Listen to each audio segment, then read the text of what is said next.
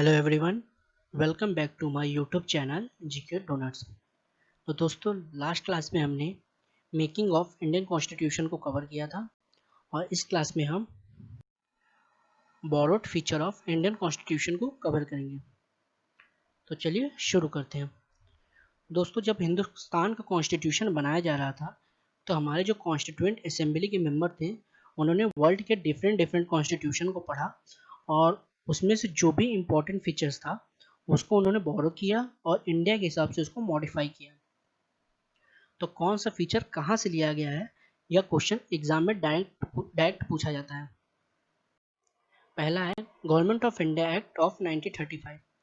दोस्तों, यहाँ पे हम सिर्फ कुछ इंपॉर्टेंट पॉइंट का ओवरव्यू लेंगे और पॉलिटी के आने वाली सीरीज में हम इन पॉइंट को अच्छे से डिटेल में डिस्कस करेंगे। तो फर्स्ट है federal scheme, second office of governor, third public service commissions, fourth administrative details. यह चारों फीचर हमने गवर्नमेंट ऑफ इंडिया एक्ट 1935 से लिया था। पांचवा है स्ट्रक्चर ऑफ जुडिशरी। जैसे कि सुप्रीम कोर्ट जो है हमारे देश का सर्वोच्च कोर्ट है, उसके अंडर में डिफरेंट हाई कोर्ट आते हैं। हाई कोर्ट के अंडर में डिफरेंट डिस्ट्रिक्ट कोर्ट आते हैं और डिस्ट्रिक्ट कोर्ट के अंदर में different civilian court and criminal court आते हैं। तो ये जो स्ट्रक्चर है इसी को हम स्ट्रक्चर ऑफ जुडिशरी कहते हैं। नेक्स्ट है इमरजेंसी प्रोविजन। जो इमरजेंसी लगाई जाती है वो किस स्थिति में लगाई जाएगी और वो कितने समय के लिए लगाई जाएगी, ये इसका जो प्रोविजन है वो government of India act of 1935 से लिया गया है। नेक्स्ट है कॉन्स्टिट्यूशन ऑफ ब्रिटेन। तो कॉन्स्टिट्यूशन ऑफ ब्रिटेन से हमने parliamentary form of government and parliamentary privileges लिया है। पार्लियामेंट्री प्रिविलेजेस दोस्तों, जैसे अगर कोई लोकसभा या राज्यसभा के किसी भी हाउस का मेंबर है तो उसके पास कुछ स्पेशल पावर होती हैं इसी को हम पार्लियामेंट्री प्रिविलेजेस कहते हैं। नेक्स्ट है लेजिस्लेटिव प्रोसीजर। जैसे कानून में कुछ संशोधन करना है, उसके लिए जो भी प्रोसीजर फॉलो होगा, रूल्स एंड रेगुलेशन फॉलो होगा, इसी प्रोविजन को हम लेजिस्लेटिव प्रोसीजर कहते हैं। नेक्स्ट है प्रोग्रेटिव रिट्स। दोस्तों, आप जानते होंगे कि रिट्स 5 तरीके के होते हैं जो कि सुप्रीम कोर्ट और हाई कोर्ट द्वारा जारी किया जाता है। सुप्रीम कोर्ट आर्टिकल 32 का यूज करके रिट्स को जारी करती है, जबकि हाई कोर्ट आर्टिकल 226 का यूज करके रिट्स को जारी करते हैं। नेक्स्ट है बाई कैमरलिज्म। दोस्तों, बाई कैमरल का मीन्स होता है to houses, upper house and lower house.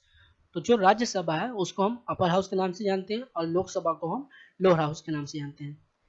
Next है सिंगल सिटीजनशिप। जैसे आप इंडिया के सिटीजन हैं, ना कि किसी पर्टिकुलर स्टेट के, इसी को हम सिंगल सिटीजनशिप कहते हैं। नेक्स्ट है कैबिनेट सिस्टम। कैबिनेट सिस्टम भी हमने कॉन्स्टिट्यूशन ऑफ ब्रिटेन से लिया है। Next constitution of United state of America. तो यूएसए से हमने मोस्ट इंपॉर्टेंट फंडामेंटल राइट्स लिए हैं। इसके अलावा जो प्रेसिडेंट एंड वाइस प्रेसिडेंट का जो फंक्शन है, यह फीचर भी हमने कॉन्स्टिट्यूशन ऑफ यूएसए से लिया है।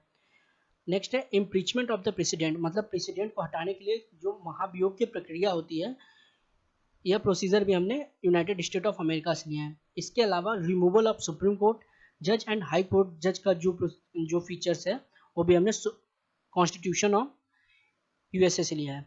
नेक्स्ट है judicial review.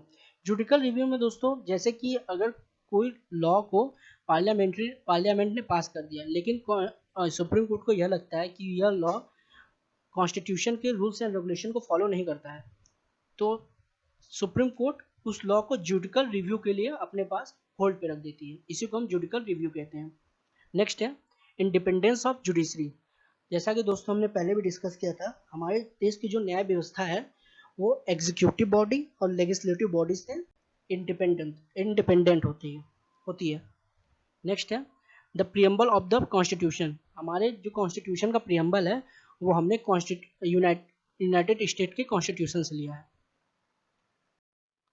Next constitution of Ireland. तो कॉन्स्टिट्यूशन ऑफ आयरलैंड से हमने directive principle of state policy और जो राज्यसभा के मेंबर हैं उनके नॉमिनेशन की जो प्रक्रिया है वो भी हमने आयरलैंड से लिया है। और नेक्स्ट है method of election of the president. मतलब प्रेसिडेंट को इलेक्शन का जो मेथड है, जो प्रोसीजर है, यह फीचर भी हमने आयरलैंड से लिया है। नेक्स्ट है कॉन्स्टिट्यूशन ऑफ कनाडा। दोस्तों, जहाँ कहीं भी इसी तरह के पावर की बात की जाएगी तो उसका आंसर कनाडा होगा। जैसे कि जो डिस्ट्रीब्यूशन है पावर का बिटवीन सेंट्रल और स्टेट का, यह फीचर हमने कॉन्स्टिट्यूशन ऑफ कनाडा से लिया है। और यहाँ पे एक रेसिड्यूरी पावर वर्ड यूज हुआ है, इसका मीनिंग ये होता है कि जैसे कोई सब्जेक्ट है और वह सब्जेक्ट यूनियन लिस्ट या स्टेट लिस्ट या फिर कॉन्करेंट लिस्ट के अंडर नहीं आती है, तो ये वह सब्जेक्ट डायरेक्ट सेंट्रल के अंदर चली जाती है। इसी पावर को हम रेसिड्यूरी पावर कहते हैं। इसके अलावा कनाडा से हमने appointment of state governor bye centre, यानी कि जो स्टेट के गवर्नर होते हैं उनका अपॉइंटमेंट सेंटर द्वारा किया जाएगा। यह प्रोसीजर भी हमने कॉन्स्टिट्यूशन ऑफ कनाडा से लिया है। नेक्स्ट है constitution of France. Constitution of France से हमने कॉन्सेप्ट ऑफ रिपब्लिक के साथ साथ the ideals of liberty, equality and fraternity, यानी स्वतंत्रता, समानता और बंधुता का जो आदर्श है वो हमने कॉन्स्टिट्यूशन ऑफ फ्रांस से लिया है।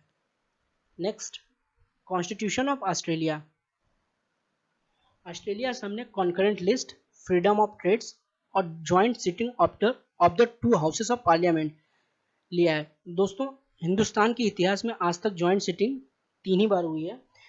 पहली बार 1961 में डॉबरी प्रोहिबिशन के लिए, सेकेंड 1978 में बैंकिंग सर्विस के लिए और थर्ड 2002 में प्रिवेंशन ऑफ टेररिज्म के लिए ज्वाइंट सिटिंग हुई थी।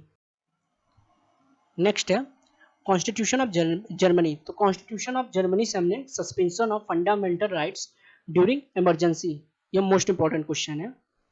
नेक्स्ट है कॉन्स्टिट्यूशन ऑफ साउथ अफ्रीका। तो कॉन्स्टिट्यूशन ऑफ साउथ अफ्रीका से हमने कॉन्स्टिट्यूशन में जो भी अमेंडमेंट लाया जाता है उसका क्या प्रोसीजर होता है या कौन से रूल्स एंड रेगुलेशन को फॉलो करके उस अमेंडमेंट को लाया गया है, यह फीचर हमने कॉन्स्टिट्यूशन ऑफ साउथ अफ्रीका से लिया है।